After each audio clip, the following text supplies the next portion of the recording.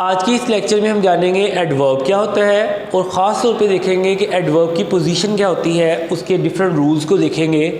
क्योंकि एडवर्ब जो होता है ये किसी भी सेंटेंस में किसी वर्ब को, किसी एडजेक्टिव को या किसी दूसरे एडवर्ब को मॉडिफाई करता है, उसके मीनिंग में इजाफा करता है।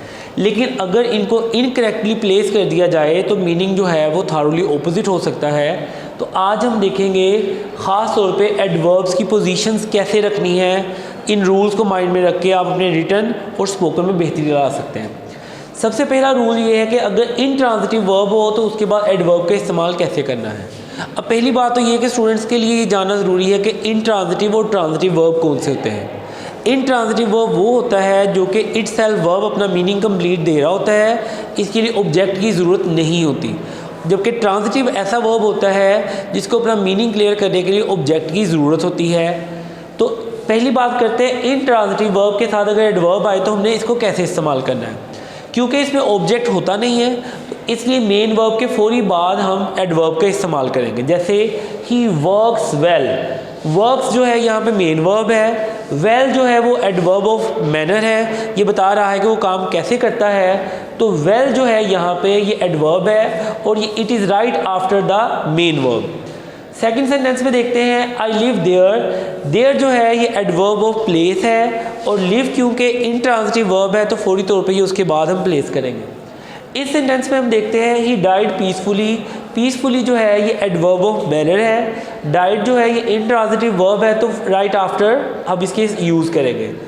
दे अराइव्ड लेट, लेट जो है ये एडवर्ब ऑफ टाइम है और अराइव्ड हमारा मेन वर्ब है, इंट्रांजिटिव वर्ब है, इसके फौरी तौर पे हम उसके बाद इस्तेमाल करेंगे। अब कई बच्चे कन्फ्यूजनली इसको यहाँ पे कंफ्यूज होकर यूज़ कर सकते हैं तो वो इनकरेक्ट होगा। ख़ास तौर पे सेकंड ईयर के स्टूडेंट्स के लिए करेक्शन का जानना ज़रूरी है कि अगर इनट्रांजिटिव वर्ब है तो उन्होंने मेन वर्ब के बाद उसका इस्तेमाल करना है। इन चारों एग्जाम्पल से हमने ये सीखा। दूसरा रूल ये है कि अगर ट्रांजिटिव वर्ब हो और एडवर्ब आए फिर हमने इसका इस्तेमाल कैसे करना है। इसका सिंपल एक रूल था कि वर्ब के बाद यूज़ करें। ट्रांजिटिव के दो रूल्स हैं, एक या तो ये कि आप उसको मेन वर्ब से पहले इस्तेमाल करें, दूसरा रूल ये है कि या आप उसको लास्ट पे ले जाएं। तो पहली एग्जांपल हम देखते हैं आई कीनली फेल्ट दिस इंसल्ट, मैंने इस बेइज्जती को बहुत ज़्यादा महसूस किया। तो फेल्ट जो है क्योंकि इसके बाद इंसल्ट ऑब्जेक्ट है तो ये ट्रांजिटिव वर्ब है, इसलिए हमने फेल्ट से पहले यहाँ पे यूज़ किया, यानी सब्जेक्ट के बाद और वर्ब से पहले। इस एग्जांपल में हम देखते हैं I felt this insult keenly, यहाँ हमने ऑब्जेक्ट के बाद इसको इस्तेमाल किया है। इस एग्जांपल में देखते हैं he does his work carefully, does यहाँ पे मेन वर्क है और मेन वर्ब है, वर्ब की अगर बात करते हैं ये ऑब्जेक्ट है, केयरफुली लास्ट पे चला गया एडवर्ब ऑफ मैनर। तो इसको सम अप करते हैं कि इनट्रांजिटिव में हमने हमेशा मेन वर्ब के बाद इस्तेमाल करना है एडवर्ब, अगर ट्रांजिटिव है उसको या तो वर्ब से पहले या फिर ऑब्जेक्ट के बाद यानी लास्ट पे ले जाना है। एक रूल ये है कि अगर किसी सेंटेंस में हेल्पिंग वर्ब भी हो और मेन वर्ब भी हो और एडवर्ब ने उसको मॉडिफाई करना है फिर हमने एडवर्ब को कहाँ इस्तेमाल करना है, इसको हम दरमियान में इस्तेमाल करेंगे। जैसे I have often told him to write clearly, इसमें क्लियरली भी एडवर्ब ऑफ मैनर है लेकिन हमारे एग्जाम्पल के अकॉर्डिंगली ये प्राइम फोकस है, ऑफन जो है ये अक्सर है तो ये बता रहा है एडवर्ब ऑफ फ्रीक्वेंसी कितनी दफ़ा।